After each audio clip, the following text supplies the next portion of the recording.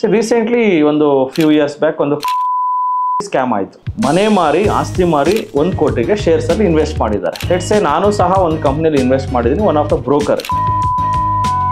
ಈ share long ಟರ್ಮಲ್ಲಿ no worries, it's one of the best. 1 ಕೋಟಿ ದುಡ್ಡನ್ನ ಒಂದು ಒಳ್ಳೆ ಡಿಮ್ಯಾಟ್ ಅಕೌಂಟ್ ಅಲ್ಲಿ ಓಪನ್ ಮಾಡಿ ಶೇರ್ಸ್ ಅನ್ನು ಇನ್ವೆಸ್ಟ್ ಮಾಡಿದಾರ. ಸಡನ್ ಆಗಿ ಆ ಬ್ರೋಕಿಂಗ್ ಕಂಪನಿ ಮುಚ್ಚೋಯ್ತು. ಏನಾಗುತ್ತೆ ಇದರಲ್ಲಿ? CDSL ಕೆಲಸ ಏನು? CDSL ಮೋನೋಪೊಲಿನಾ ಇಲ್ಲ ಇದು ಕಾಂಪಿಟೇಟರ್ ಇದಾರಾ? CDSL ಅಲ್ಲಿ ಯಾರು ಇನ್ವೆಸ್ಟ್ ಮಾಡಿದ್ರಾ? ದೆನ್ ಡೆಫಿನೆಟ್ಲಿ ಈ ವಿಡಿಯೋ ನೋಡ್ಲೇಬೇಕು.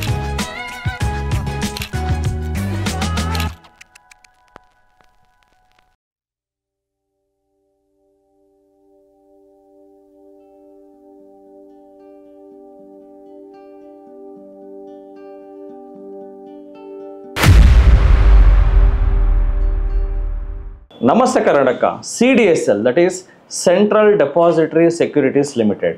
ಈ ಕಂಪನಿ ಬಗ್ಗೆ ಎಲ್ಲರಿಗೂ ತುಂಬ ಪಾಸಿಟಿವ್ ಹೋಪ್ ಇದೆ. ಬಿಕಾಸ್ ಈ company one of the ಮೋನೋಪೊಲಿ company ಅಂತಲೂ ಹೇಳ್ತಾರೆ.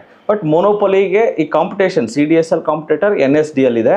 ಬಟ್ ಬೇರೆ ಬೇರೆ ಅದೇ ಫೀಲ್ಡಲ್ಲಿ ಅದೇ ಥರ ಬಿಸ್ನೆಸ್ ಮಾಡೋರು ಬೇರೆ ಬೇರೆ ಇದ್ದಾರೆ. ಯಾರ್ಯಾರು ಇದ್ದಾರೆ ಎಲ್ಲನೂ ತಿಳ್ಕೊಳ್ಳೋಣ. ಫಸ್ಟ್ ಆಫ್ ಆಲ್ CDSL ಕೆಲಸ ಏನಂದರೆ, ನಾವು ಏನೇನು ಶೇರ್ಸ್ ತೊಗೊಳ್ತೀವಲ್ಲ, ಲೆಟ್ಸೇ ನೀವು ಒಂದು 10,000 ರೂಪಾಯಿಗೆ ಇನ್ಫೋಸಿಸ್ ಶೇರ್ ತೊಗೊಂಡ್ರಿ, ನಾನು 1 ಲಕ್ಷ ರೂಪಾಯಿಗೆ TCS ಶೇರ್ ತೊಗೊಂಡೆ, ಇನ್ನೊಬ್ರು 1 ಕೋಟಿಗೆ ಮನೆ ಮಾರಿ ಆಸ್ತಿ ಮಾರಿ 1 ಕೋಟಿಗೆ ಶೇರ್ಸಲ್ಲಿ ಇನ್ವೆಸ್ಟ್ ಮಾಡಿದ್ದಾರೆ. ಸೊ ಒಬ್ಬೊಬ್ಬರು ಅವ್ರವ್ರಿಗೆ ಆನೆ ಬಾರ, ಇರುವೆ ಬಾರ, ಅವ್ರವ್ರಿಗೆ ಎಷ್ಟೆಷ್ಟು ಆಗುತ್ತೋ ಅಷ್ಟು ಶೇರ್ಗಳನ್ನು ಶೇರ್ ಮಾರ್ಕೆಟಲ್ಲಿ ಇನ್ವೆಸ್ಟ್ ಮಾಡ್ತಾರೆ. ಲೆಟ್ಸ್ ಸೇ ನಾನು ಸಹ ಒಂದು ಕಂಪ್ನಿಯಲ್ಲಿ ಇನ್ವೆಸ್ಟ್ ಮಾಡಿದ್ದೀನಿ, one of the broker. Example XYZ broker. ನೀವು ಸಹ ಅದೇ ಬ್ರೋಕರಲ್ಲಿ ಇನ್ವೆಸ್ಟ್ ಮಾಡಿದ್ರಿ, ಇನ್ನೊಬ್ರು ಅದೇ ಬ್ರೋಕರ್ ಹೆಸರಲ್ಲಿ ಇನ್ವೆಸ್ಟ್ ಮಾಡಿದ್ದೀವಿ. ಸೊ ರೀಸೆಂಟ್ಲಿ ಒಂದು ಫ್ಯೂ ಇಯರ್ಸ್ ಬ್ಯಾಕ್ ಒಂದು ಕಾರ್ವಿ ಸ್ಕ್ಯಾಮ್ ಆಯಿತು. ಸೊ ಅದರಲ್ಲಿ ತುಂಬ ಜನ ಶೇರ್ಸ್ಗಳನ್ನು ಕಳ್ಕೊಂಡ್ರು, ಅದು ಇದು ಅಂತ ಏನೇನೋ ಬಂತು. ಬಟ್ ಆ್ಯಕ್ಚುಲಿ ಶೇರ್ಸ್ ಕಳ್ಕೊಂಡಿಲ್ಲ. ಸೊ ಕಾರ್ವಿ ಬ್ರೋಕಿಂಗ್ ಕಂಪನಿ ಮುಚ್ಚೋಯ್ತು. ಅದೇ ಥರ ನೀವು ಇನ್ವೆಸ್ಟ್ ಮಾಡೋ ಬ್ರೋಕಿಂಗ್ ಕಂಪ್ನಿ ಮುಚ್ಚೋದ್ರೂ ಸಹ ನಿಮ್ಮ ಶೇರ್ಸ್ಗಳು ಎಲ್ಲಿರುತ್ತಂದರೆ ಡಿಮ್ಯಾಟ್ ಅಕೌಂಟಲ್ಲಿ ಇರುತ್ತೆ. ಆ ಡಿಮ್ಯಾಟ್ ಅಕೌಂಟನ್ನು ಮೇಂಟೈನ್ ಮಾಡೋದು ಯಾರು? CDSL. ಅವ್ರನ್ನ ಏನಂತ ಕರೀತಾರೆ? ಡೆಪಾಸಿಟ್ರಿ ಪಾರ್ಟಿಸಿಪೆಂಟ್ ಅಂತ ಕರೀತಾರೆ, ಡೆಪಾಸಿಟ್ರಿ ಅಂತ ಕರೀತಾರೆ. ಸೊ ದ ಮೇನ್, ಸೊ ಇಂಡಿಯಾದಲ್ಲಿರೋ ಡೆಪಾಸಿಟ್ರೀಸ್ ಯಾರು ಅಂದರೆ CDSL and NSDL. They are the major depositories in India. So let's say ನೀವು ಸಿಕ್ಕಾಪಟ್ಟೆ ದುಡ್ಡು ಶೇರ್ ಮಾರ್ಕೆಟಲ್ಲಿ ಇನ್ವೆಸ್ಟ್ ಮಾಡಿದ್ರೆ ಯೂಸಿಂಗ್ XYZ ಬ್ರೋಕರ್ ಆ್ಯಪ್. ಆ XYZ ಬ್ರೋಕರ್ ಏನೋ ಕಾರಣಾಂತರಗಳಿಂದ ಮುಚ್ಚೋಯ್ತು. ಮುಚ್ಚೋದ್ರೆ ನಿಮ್ಮ ಸಿಕ್ಕಾಪಟ್ಟೆ ದುಡ್ಡು ಏನಾಯಿತು? ಆ ಶೇರ್ಸ್ ಎಲ್ಲ ಏನಾಯಿತು? ಏನೂ ಆಗಿಲ್ಲ. ಶೇರ್ಸ್ ಎಲ್ಲ ಎಲ್ಲಿ? ಜೋಪಾನವಾಗಿ ಡೆಪಾಸಿಟ್ರಿ ಹತ್ರ ಇದೆ. ಆ ಡೆಪಾಸಿಟ್ರಿ ಯಾರು? CDSL. ಸೊ ಅದರಿಂದ ನೀವು SBI ಡಿಮ್ಯಾಟ್ ಅಕೌಂಟ್ ಓಪನ್ ಮಾಡಿದ್ರು same safety, Angel demat account open ಮಾಡಿದ್ರು same safety, TD Bull demat account open ಮಾಡಿದ್ರು ಸೇಮ್ ಸೇಫ್ಟಿ. ನೀವು ಯಾವುದು ಡಿಮ್ಯಾಟ್ ಅಕೌಂಟ್ ಓಪನ್ ಮಾಡಿದ್ರು safety is same. So demat ಅಕೌಂಟನ್ನು ಮಾಡಿಸ್ಕೊಡೋದು ಬ್ರೋಕರ್, ಬಟ್ ಡಿಮ್ಯಾಟ್ ಅಕೌಂಟನ್ನು ಮೇಂಟೈನ್ ಮಾಡೋದು ಡೆಪಾಸಿಟ್ರಿ. ಆ ಡೆಪಾಸಿಟ್ರಿ ಕೆಲಸ ಏನಂದರೆ ಶೇರ್ಸ್ಗಳನ್ನು ಜೋಪಾನವಾಗಿ ಕಾಪಾಡೋದು. ಹೀಗೆ ಬ್ಯಾಂಕಲ್ಲಿ ದುಡ್ಡಿಟ್ರೆ ಬ್ಯಾಂಕ್ ಅವರು ನಿಮ್ಮ ದುಡ್ಡನ್ನು ಕಾಪಾಡ್ತಾರಲ್ಲ, ಅದೇ ಥರ DP ದಟ್ ಈಸ್ CDSL ನಿಮ್ಮ ಶೇರ್ಸ್ಗಳನ್ನು ಕಾಪಾಡುತ್ತೆ. So definitely CDSL has a very big business compared to NSDL. So NSDL ಅಂದರೆ ನಿಮ್ಮ ಪಾನ್ ಕಾರ್ಡ್ ಮೇಲೆ NSDL ಅಂತ ಹಾಕಿರ್ತಾರೆ. NSDL is also depository. But compare ಮಾಡಿಕೊಂಡ್ರೆ CDSL has grown so much. NSDLಗಿಂತ CDSL ಒಂದು ಸಿಕ್ಕಾಪಟ್ಟೆ ಹೈಟಲ್ಲಿದೆ. NSDL ಇಲ್ಲಿದ್ರೆ CDSL ಇಲ್ಲಿದೆ. ಡೆಫಿನೆಟ್ಲಿ ಈ ಗ್ಯಾಪ್ ತುಂಬ ದೊಡ್ಡ ಗ್ಯಾಪ್ ಇದೆ. ಬಟ್ CDSL ಶೇರನ್ನು ವಿಶ್ಲೇಷಣೆ ಮಾಡೋಣ.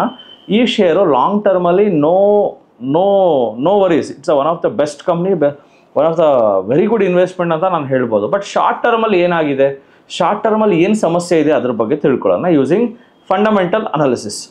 ನಾನು ಫಸ್ಟ್ ಹೋಗ್ತೀನಿ, CDSL ಅಂತ ಹಾಕ್ತೀನಿ. CDSL central depository. ಸೊ ಬಂತು.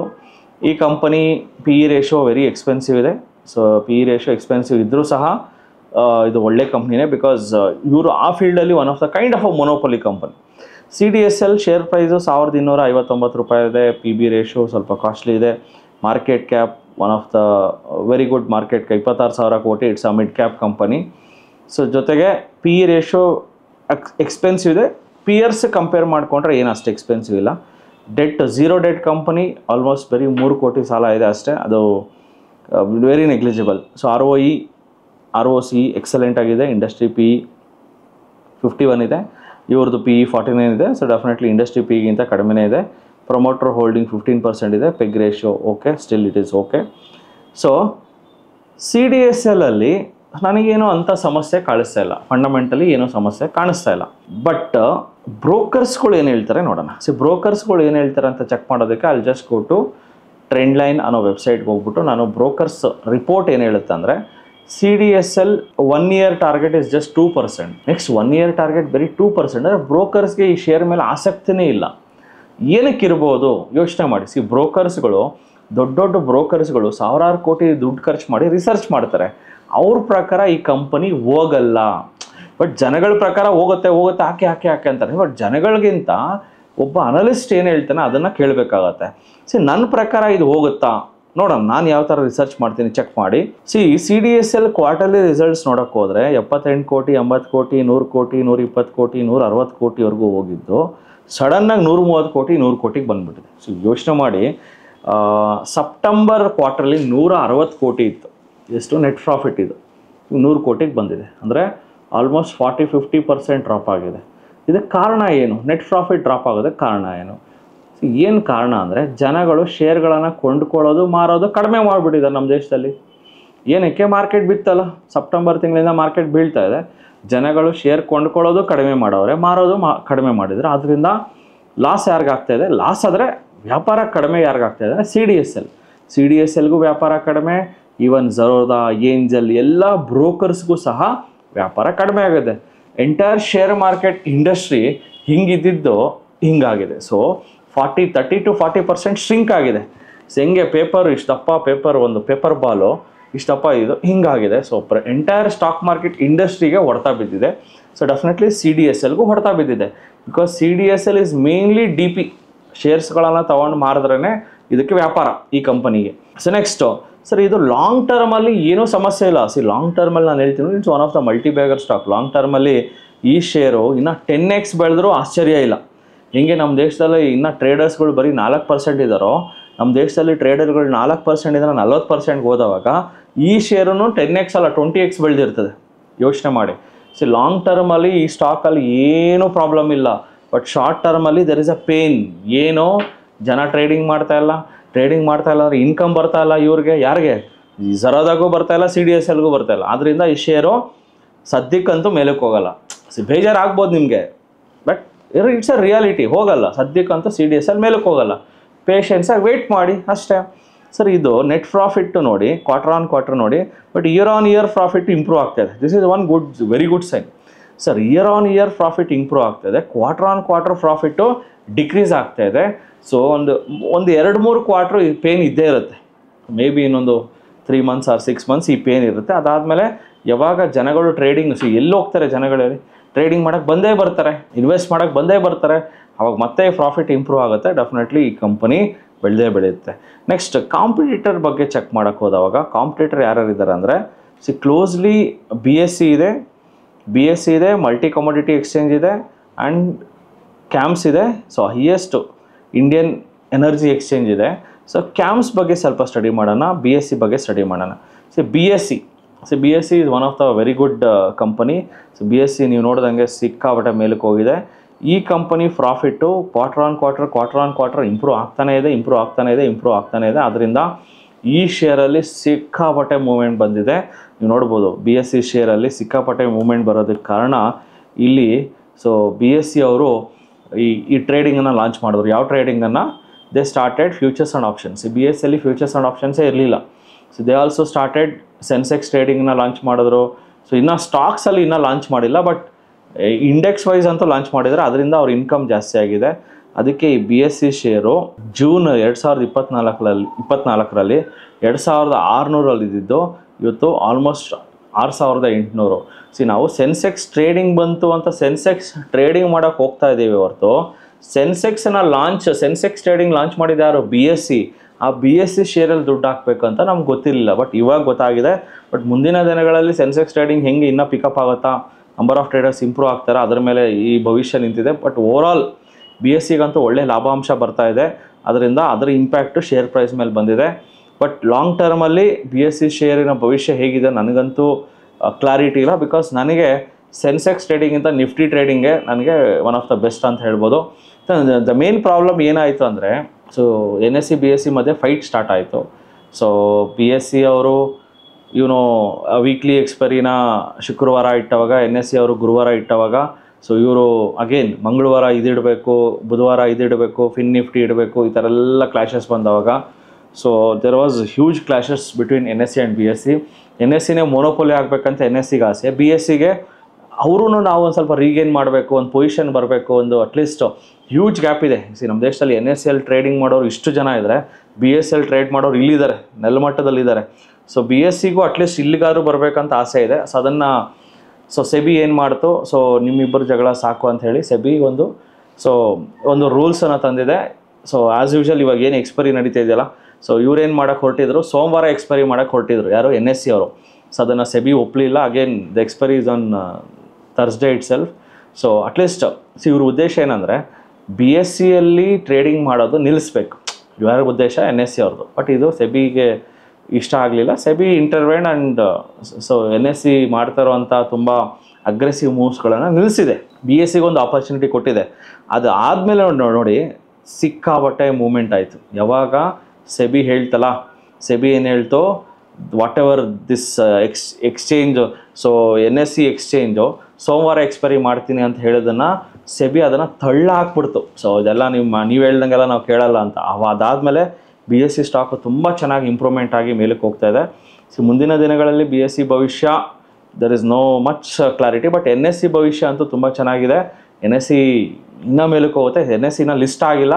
ಸೊ ಯಾರ್ಯಾರಿಗೆ ಇನ್ನೂ ಪ್ರೀ IPOಗೆ ಮುಂಚೆನೂ ನೀವು ತೊಗೋಬೇಕಂದ್ರೂ there are many application like InCred ಅಂತಿದೆ, ವೇರಿಯಸ್ ವೇಸ್ ಇದೆ. ಸೊ ನೀವು NSE ಶೇರು ಇನ್ನೂ ಬರೋಕ್ಕೆ ಮುಂಚೆನೇ ತೊಗೋಬೋದು.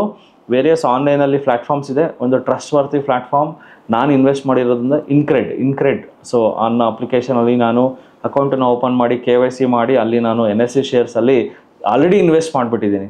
ಸೊ ಅವಾಗ NSE share maybe in 6 months or 1 year share market ಬರುತ್ತಲ್ಲ, ಸೊ ಅವಾಗ ನಮಗೆ ಇನ್ನೂ ಲಾಭಾಂಶಗಳು ಹೆಚ್ಚಾಗ್ಬೋದು.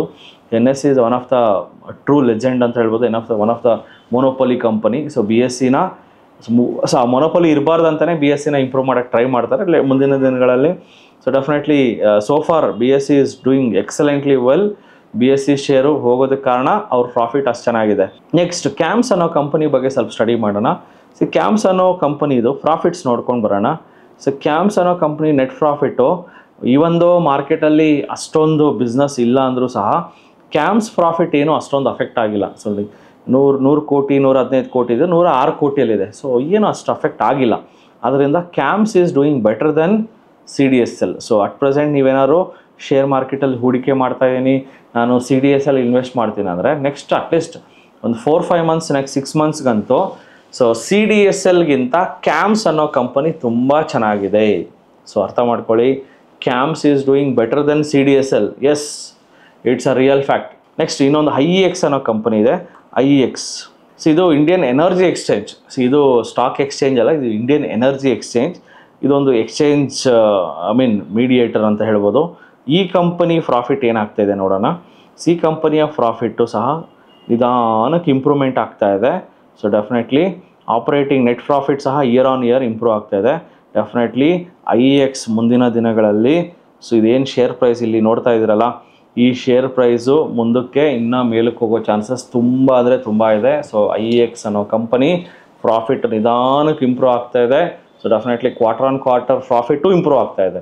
ಬಟ್ ಅದರ ಇಂಪ್ಯಾಕ್ಟು ಇನ್ನು ಶೇರ್ ಪ್ರೈಸಲ್ಲಿ ಅಷ್ಟೊಂದು ಬರಲಿಲ್ಲ. ಸೊ ಮುಂದಿನ ದಿನಗಳಲ್ಲಿ ಅದ್ರ ಇಂಪ್ಯಾಕ್ಟು ಬಂದೇ ಬರುತ್ತೆ. ಈ ಶೇರ್ ಪ್ರೈಸು 250-300ಕ್ಕೂ ಹೋಗ್ಬೋದು. Again a disclaimer, only for educational purpose. ಈ ಒಂದು I am SEBI registered research analyst. ಇದನ್ನು ನಾನು ಬೈ ಮಾಡಿ ಅಂತ ಹೇಳ್ದಲ್ಲ, ಬಟ್ ಚಾರ್ಟಲ್ಲಿ ಫಂಡಮೆಂಟಲಿ ಇದು ತುಂಬ ಚೆನ್ನಾಗಿದೆ. ಸೊ ಡೆಫಿನೆಟ್ಲಿ ಯಾರ್ಯಾರಿಗೂ ಆಸಕ್ತಿ ಇರೋರು ನಿಮ್ಮ ಸ್ಟಡಿ ಮತ್ತೆ ಮಾಡಿ ನೀವು ಬೈ ಮಾಡ್ಬೋದು. ಸೊ ಇದನ್ನು ಬೈ ಮಾಡೋರು ಸೊ ಇನ್ನೊಂದು ಸತಿ ಅದರ ಫಂಡಮೆಂಟಲ್ಸ್ ಎಲ್ಲ ಚೆಕ್ ಮಾಡಿ, ಸೊ ಎಕ್ಸ್ಪರ್ಟ್ಸ್ ಜೊತೆ ಕೂತ್ಕೊಂಡು ಅನಲೈಸ್ ಮಾಡಿ ನೀವು ಮಾಡಿ. ಸೊ ಆ ಎಕ್ಸ್ಪರ್ಟ್ಸ್ ಎಲ್ಲಿ ಸಿಗ್ತಾರೆ ಅಂದರೆ ನಮ್ಮ TD ಅಕಾಡೆಮಿಯಲ್ಲಿ ಸಿಗ್ತಾರೆ. Welcome to TD academy. ಪ್ರತಿ ಭಾನುವಾರ 10 ಗಂಟೆಯಿಂದ 1 ಗಂಟೆಗೆ ಸ್ಟಾಕ್ ಮಾರ್ಕೆಟ್ ಕ್ಲಾಸಸ್ಗಳನ್ನು ಫ್ರೀಯಾಗಿ ಕಂಡಕ್ಟ್ ಮಾಡ್ತಾ ಇದ್ದೀವಿ. ಇದನ್ನು ಸದುಪಯೋಗ ಪಡ್ಕೊಂಡಿದ್ದಾರೆ. ಆಲ್ಮೋಸ್ಟ್ 50,000 ವಿದ್ಯಾರ್ಥಿಗಳು ಇದನ್ನು ಸದುಪಯೋಗ ಪಡ್ಕೊಂಡಿದ್ದಾರೆ. ಇನ್ನೇಕೆ ತಡ, ಶೇರ್ ಮಾರ್ಕೆಟ್ ಬಗ್ಗೆ ಭಯ ಬಿಟ್ಟು ಶೇರ್ ಮಾರ್ಕೆಟಲ್ಲಿ ಹೂಡಿಕೆ ಮಾಡಲು ಜ್ಞಾನ ಸಂಪಾದನೆ ಮಾಡ್ಕೊಳ್ಳಿ. ಇದೊಂದು ಮುಂಬರುವ ದಿನಗಳಲ್ಲಿ ನೆಕ್ಸ್ಟ್ 10-15 yearsಲ್ಲಿ ಇದು ತುಂಬ ನಿಮ್ಮ ಲೈಫ್ಗೆ ಹೆಲ್ಪ್ ಆಗುತ್ತೆ. ಶೇರ್ ಮಾರ್ಕೆಟು ಮಿಸ್ ಮಾಡದೆ ಈ ಭಾನುವಾರ ನಮ್ಮ 8 ಬ್ರಾಂಚ್ಗಳಲ್ಲಿ ರಾಜಾಜಿನಗರ, JP ನಗರ, ಹುಬ್ಬಳ್ಳಿ, ಯಲಹಂಕ, ಕಲಬುರಗಿ, ವೈಟ್ಫೀಲ್ಡ್, ಸೊ ಪ್ರತಿಯೊಂದು ಮೈಸೂರು, ದಾವಣಗೆರೆ ಎಲ್ಲ ಕಡೆ ಬ್ರಾಂಚಸ್ ಇದೆ. ಹೋಗಿ ಮಿಸ್ ಮಾಡದೆ ಅಟೆಂಡ್ ಮಾಡಿ. ಜೊತೆಗೆ ಸೊ ನಾನು ನಿಮ್ಮ ಡಿಸ್ಟಿಕ್ಗೆ ಬಂದು ಪಾಠ ಮಾಡ್ತೀನಿ. ಸೊ ನಮ್ಮ ಡಿಸ್ಕ್ರಿಪ್ಷನಲ್ಲಿ ಲಿಂಕಲ್ಲಿ ಬಂದು ನಿಮ್ಮ ಡಿಸ್ಟಿಕ್ಕನ್ನು ಯಾವ ಡಿಸ್ಟಿಕ್ಕಲ್ಲಿ ಪಾಠ ಮಾಡಬೇಕು ಹೇಳಿ, ನಾವು ನಿಮ್ಮ ಡಿಸ್ಟಿಕ್ಕಲ್ಲೇ ಬಂದು 5 ದಿನ ಒಂದು ಹೋಟೆಲನ್ನು ಒಂದು ರೆಂಟ್ಗೆ ಬಾಡಿಗೆಗೆ ತೊಗೊಂಡು ನಿಮ್ಮ ಡಿಸ್ಟಿಕ್ಕಲ್ಲೇ ಬಂದು ಪಾಠ ಮಾಡ್ತೀವಿ. ಯಾವ ಡಿಸ್ಟಿಕ್ಕಲ್ಲಿ ಹೈಯೆಸ್ಟ್ ರೆಸ್ಪಾನ್ಸ್ ಬರುತ್ತೋ ಆ ಡಿಸ್ಟಿಕ್ಕಲ್ಲಿ ನಾನೇ ಬಂದು ಪಾಠ ಮಾಡ್ತೀನಿ. See you in your own district. Thank you. Jai Hind, Jai Karnataka. ಇದೇ ರೀತಿ ಫಂಡಮೆಂಟಲ್ ಅನಾಲಿಸಿಸ್ಗಳನ್ನು ಕಲಿಯಲು TD ಅಕಾಡೆಮಿ ಚಾನಲ್ನ ಸಬ್ಸ್ಕ್ರೈಬ್ ಮಾಡಿ, ಲೈಕ್ ಮಾಡಿ, ಶೇರ್ ಮಾಡಿ. ನಮಸ್ತೆ ಕರ್ನಾಟಕ. ನಮ್ಮ ಕೋರ್ಸಸ್ ಜಾಯ್ನ್ ಆಗೋದು ವೆರಿ ಸಿಂಪಲ್. 8 ಬ್ರಾಂಚ್ಗಳಿರುತ್ತೆ. ರಾಜಾಜಿನಗರ, JP ನಗರ, ಯಲಹಂಕ, ವೈಟ್ಫೀಲ್ಡ್, ದಾವಣಗೆರೆ, ಹುಬ್ಳಿ, ಮೈಸೂರು ಹಾಗೂ ಕಲಬುರಗಿ. ನಿಮ್ಮ ನಿಯರೆಸ್ಟ್ ಬ್ರಾಂಚ್ಗೆ ಕರೆ ಮಾಡಿ ಈ ಕೂಡಲೇ 500 ರೂಪೀಸ್ ಟೋಕನ್ ಪೇ ಮಾಡಿ ಸೀಟ್ಗಳನ್ನು ಬುಕ್ ಮಾಡ್ಕೊಳ್ಳಿ. Most of the time houseful ಇರೋದ್ರಿಂದ ಮೊದಲೇ ಸೀಟ್ ಬುಕ್ ಮಾಡ್ಕೊಂಡು ಬರೋದು ಒಳ್ಳೆಯದು. ಸೊ 3 ಡೇಸ್ ವರ್ಕ್ಶಾಪ್ ಇರುತ್ತೆ. ಶುಕ್ರವಾರ, ಶನಿವಾರ, ಭಾನುವಾರ. ಶುಕ್ರವಾರ 10 ಗಂಟೆಯಿಂದ 2 ಗಂಟೆ, ಶನಿವಾರ 10 ಗಂಟೆಯಿಂದ 5 ಗಂಟೆ, ಭಾನುವಾರ 10 ಗಂಟೆಯಿಂದ 5 ಗಂಟೆ. ಸೊ ಯಾರ್ಯಾರು ನಮ್ಮ ಸ್ಟಾಕ್ ಮಾರ್ಕೆಟ್ ವರ್ಕ್ಶಾಪ್ ಇನ್ನೂ ಅಟೆಂಡ್ ಮಾಡಿಲ್ವೋ ನಿಮ್ಗೊಂದು ಸುವರ್ಣ ಅವಕಾಶ ಇದೆ. ಪ್ರತಿ ಭಾನುವಾರ 10 ಗಂಟೆಯಿಂದ 1 ಗಂಟೆಗೆ 8 ಬ್ರಾಂಚ್ಗಳಲ್ಲಿ ಒಂದು ಐ ಓಪನರ್ ವರ್ಕ್ಶಾಪ್ ಸಹ ಮಾಡ್ತೀವಿ. ಬೆಳಗ್ಗೆ 10 ಗಂಟೆಯಿಂದ 1 ಗಂಟೆಗೆ. ಲರ್ನಿಂಗ್ ಅಲ್ಲಿ ಎಲ್ಲಿ ತೆಗೆದ್ರೆ will start earning. TD academy ಭಾರತದ ಅತಿ ದೊಡ್ಡ ಷೇರು ತರಬೇತಿ ಕೇಂದ್ರ. 10,000 ಚದರ ಅಡಿ ಆಫೀಸ್ ಒಳಗೊಂಡಿದೆ. 60 ಜನ ಸ್ಟಾಫ್ ಇದ್ದಾರೆ ನಿಮ್ಮನ್ನ ಟ್ರೈನ್ ಅಪ್ ಮಾಡೋದಕ್ಕೆ. ಇನ್ನೇಕೆ ತಡ? ಫಿನಾನ್ಷಿಯಲ್ ಫ್ರೀಡಮ್ ಪಡ್ಕೋಬೇಕಾ? ಸೊ ಡೆಫಿನೆಟ್ಲಿ ಕಲಿಸೋದಕ್ಕೆ ನಾವು ರೆಡಿ ಇದ್ದೀವಿ, ಕಲಿಯೋದಕ್ಕೆ ನೀವು ರೆಡಿ ಇದ್ದೀರಾ? ಈ ವಾರ ನಿಮ್ಮ ಬ್ರಾಂಚಲ್ಲಿ ಬಂದು ನಾನು ಪಾಠ ಮಾಡ್ತಾ ಇದ್ದೀನಿ. ಸಿಗೋಣ ಫೇಸ್ ಟು ಫೇಸ್ ಇದೇ ಶುಕ್ರವಾರ. ಸೊ ಸ್ಟಾಕ್ ಮಾರ್ಕೆಟ್ ಬಗ್ಗೆ ನಿಮಗೆ ಗೊಂದಲವಿದೆಯಾ? ಯಾವುದೇ ರೀತಿಯ ಪ್ರಶ್ನೆಗಳಿರಲಿ, ಕನ್ಫ್ಯೂಷನ್ ಇರಲಿ, ಅದಕ್ಕೆ ಕ್ಲಾರಿಟಿ ಕೊಡೋದಕ್ಕೆ TD ಅಕಾಡೆಮಿಯ ಗ್ರಾಹಕ ಸೇವಾ ಸಿಬ್ಬಂದಿ ಜೊತೆಗೆ ಈ ಕೂಡಲೇ ಕರೆ ಮಾಡಿ ನಿಮ್ಮ ಪ್ರಶ್ನೆಗಳಿಗೆ ಉಚಿತವಾಗಿ ಸಲಹೆಗಳನ್ನು ಪಡೆಯಿರಿ. Thank you. ಜೈ ಹಿಂದ್, ಜೈ ಕರ್ನಾಟಕ.